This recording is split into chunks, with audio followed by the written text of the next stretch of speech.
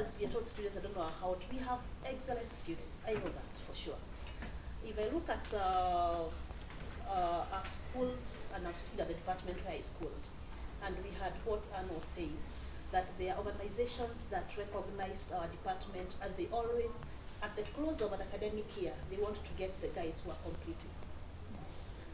And again, I'm asking ourselves, will our syllabus teach everything that every industry needs? It's not possible. What are we supposed to do? We are supposed to have those good brains and expose them, because our field, technology changes every other day, isn't it? So therefore, I would borrow from those industries. What they did is that they would come, so they knew that we had the good students. Then what they need to do is that invest, pull several, pull 6, then train them. Why are you training them? Not because they are not well trained.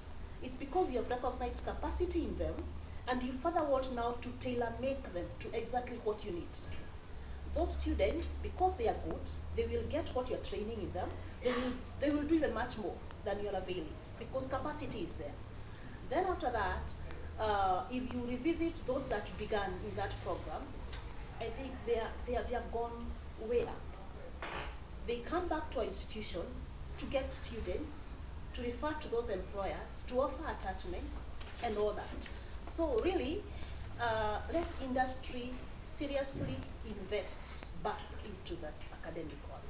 You see, we also have to be realistic with what is available, so that we're not talking of things that may not be attainable in the next 5 or I don't know how many years. We in Kenya, you know. Yeah. So industry needs to invest Yeah. in academia. For you to join, you want to say something about that? Yes. My thinking is it's along what the lady has said. However, I think we need to also be attractive to the industry itself. And the only way we can be attractive is by looking at the global value chains. We know, as academia, we know what the problem is with the current global value chains. For example, at the moment we have the trade war that is happening between the world's factory, which is China, and the US, which is one of the biggest consumers globally. So as academia, we need to then offer solutions. And as one, I think the gentleman from IBM has said, is that sometimes even give them that solution for free. Give them a taste of what solution already exists.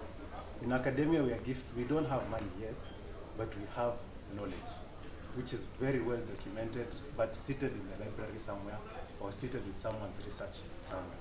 So we also have to think outside the box and ask ourselves, what is it that, for example, like fintech, which is very big in Nairobi, currently they have a problem of tracking defaulters.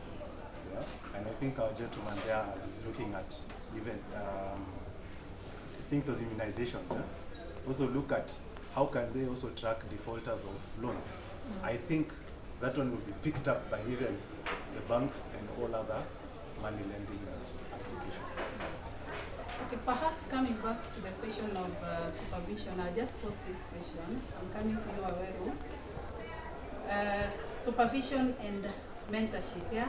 So bringing you back to this, like when it comes to a case maybe where, okay, so we are saying the industry has to be involved.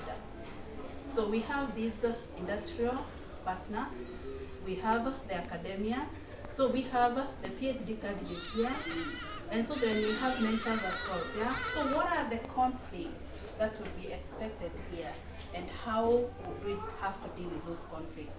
Perhaps that's something to think about, because there are differences in those processes, yeah? So like you find that industry, I think somebody said here, industry wants to see results, and results first. While academia, there are those processes that must be followed.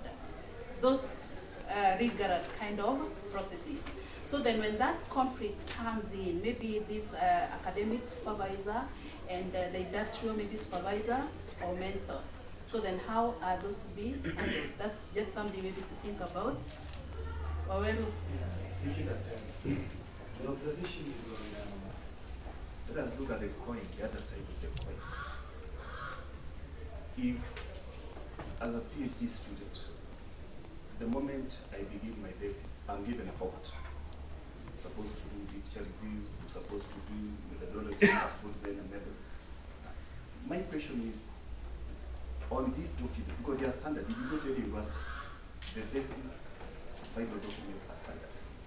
Do this thesis document have an inclusion of industrial collaboration? Two, if you look at the references, we have confined our references to journals, books, workshops. Can we add references on evidence that we have an industrial collaboration visit, or you once collaborated with this industry to develop your document? Goes to.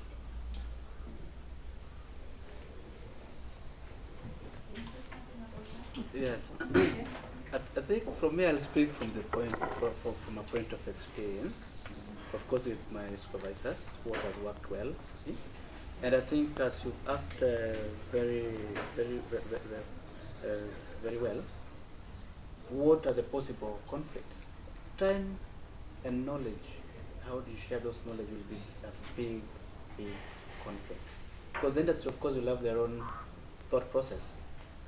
And then, of course, your academic supervisors will also have their own thought process. So I think how to address this, in my opinion, is if there could be some an understanding of the boundaries. These boundaries are very clear.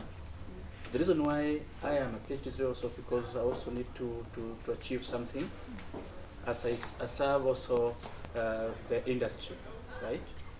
So for me, what has worked well is synchronization of consultations. So that you don't pull, each doesn't pull the other way, and then as a student, you remain in the middle, always stretching both ends. So my milestone meetings have always been together, and my supervisors get time. And we agree on what time we meet,